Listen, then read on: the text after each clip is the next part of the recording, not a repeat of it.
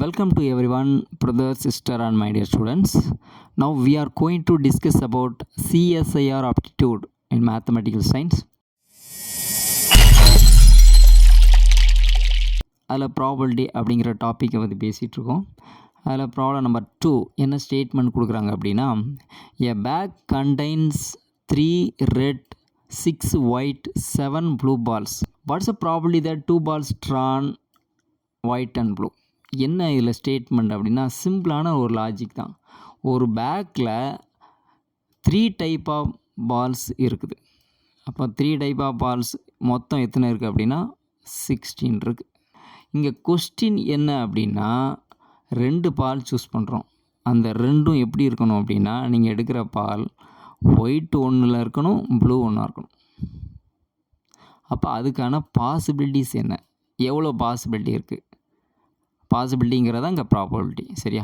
சரி, இதை நம்ம சால்வ் பண்ணுறதுக்கு நம்ம என்ன பண்ண போகிறோம் அப்படின்னா, ஜஸ்ட் இந்த பார்ட்டை ஒரு 3 பார்ட்டாக பிரிக்கிறேன். முதல் பார்ட்டில் என்ன சொல்கிறோம், கொடுத்துருக்க கிவன் எழுதுகிறோம்.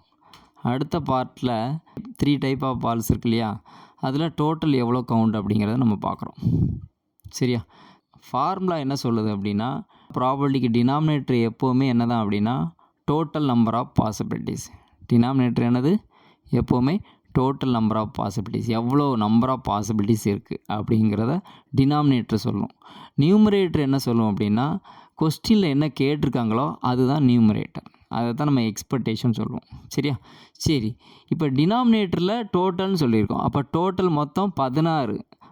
16ல் நம்ம 2 பாலாக நம்ம சூஸ் பண்ணுறோம். 16 மொத்தம் இருக்குது, அதில் 2 நம்ம சூஸ் பண்ணுறோம். அப்போ எத்தனை வேல சூஸ் பண்ணலாம் அப்படின்னா, காம்பினேஷன் அங்கே யூஸ் பண்ணணும். 16 பாலில் நம்ம 2 நம்ம சூஸ் பண்ணோம் அப்படின்னா மொத்தம் எத்தனை வேலை சூஸ் பண்ணலாம்னா 120 வேஸில் சூஸ் பண்ணலாம். அதை நம்ம கண்டுபிடிக்க என்ன யூஸ் பண்ணியிருக்கோம் அப்படின்னா காம்பினேஷன். சரியா? மொத்த பால் இங்கே எழுதணும், காம்பினேஷன் ஆஃப் 2 C2. சரியா? இதை எப்படி கால்குலேட் பண்ணணும் அப்படின்னா, காம்பினேஷன் எவ்வளோ கொடுத்துருக்காங்க அப்படின்னா 2 காம்பினேஷன். அப்போ இங்கே மொத்த நம்பரை நம்ம என்ன செய்யணும்னா 2 டைம்ஸ் ரெடியூஸ் பண்ணணும். அந்த நம்பர்லேருந்து 2 டைம்ஸ் அப்படின்னா என்ன அர்த்தம், 16 15 ரெடியூஸ் பண்ணி அதை மல்டிப்ளை பண்ணணும். டினாமினேட்டரில் என்ன வரும் அப்படின்னா, என்ன காம்பினேஷனோ அந்த காம்பினேஷனை என்ன செய்யணும், அப் டு 1 வரைக்கும் ரெடியூஸ் பண்ணி மல்டிப்ளை பண்ணணும். கான்செப்ட் புரியுது இல்லையா? ஸோ இதுதான் லாஜிக். சப்போஸ் இங்கே 3 இருந்துச்சுன்னா என்ன செய்யணும், 3 டைம்ஸ் நியூமரேட்டரை ரெடியூஸ் பண்ணணும், 16 15 14. இங்கே டினாமினேட்டரில் அந்த 3 அப் டு 1 வரைக்கும் ரெடியூஸ் பண்ணணும், 3 2 1. இதுதான் லாஜிக். ஓகே, டோட்டலாக எவ்வளோ வேஸில் நம்ம 2 பாலாக நம்ம சூஸ் பண்ணலாம் அப்படின்னா 120 வேஸில் நம்ம சூஸ் பண்ணலாம். இது டினாமினேட்டர். நியூமரேட்டரில் என்ன அப்படின்னா 2 பாசிபிலிட்டி. அதாவது நாம் எடுக்கிறது வந்து ஒயிட் பால் ஒன்றா இருக்கணும், ப்ளூ பால் ஒன்றா இருக்கணும். ஒயிட் பால் மொத்தம் எத்தனை இருக்குது, 6.